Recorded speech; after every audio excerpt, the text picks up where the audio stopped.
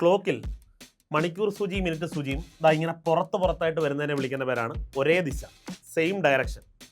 ഇങ്ങനെ ഒരു ദിവസം എത്ര തവണ വരുമെന്ന് ചോദിച്ചാൽ പലരും പറയും രാവിലെ 12 മണി, അതേപോലെ രാത്രി 12 മണിയെന്ന്. അല്ല, ഒരേ ഡയറക്ഷനിൽ 22 തവണ വരും. 22 തവണ 12 മണിക്ക് വരും, 1:05 കഴിയുമ്പോൾ വരും, 2:10 കഴിയുമ്പോൾ വരും, അങ്ങനെ 22 തവണ വരും. മണിക്കൂർ സൂചിയും മിനിറ്റ് സൂചിയും എതിരെ വരുന്ന ഈ ഡയറക്ഷനെ വിളിക്കുന്നവരാണ് എതിർദിശ അല്ലെങ്കിൽ ഓപ്പോസിറ്റ് ഡയറക്ഷൻ. ഒരു ദിവസം ഇങ്ങനെ എത്ര തവണ വരുമെന്ന് ചോദിച്ചാൽ ഇതും 22. ഒരേ ഡയറക്ഷനിൽ 22, എതിർ ഡയറക്ഷനിൽ 22.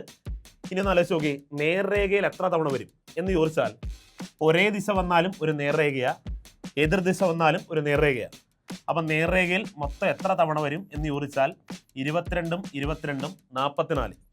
ഓക്കെ, എങ്കിൽ മട്ടകോണിൽ ഇങ്ങനെ വരുന്നതിനെ വിളിക്കുന്ന പേരാണ് മട്ടകോൺ. മട്ടകോണിൽ എത്ര തവണ വരും എന്ന് ചോദിച്ചാൽ മട്ടകോൺ എത്ര തവണ വരും എന്ന് ചോദിച്ചാലും നമ്മുടെ ഉത്തരം 44.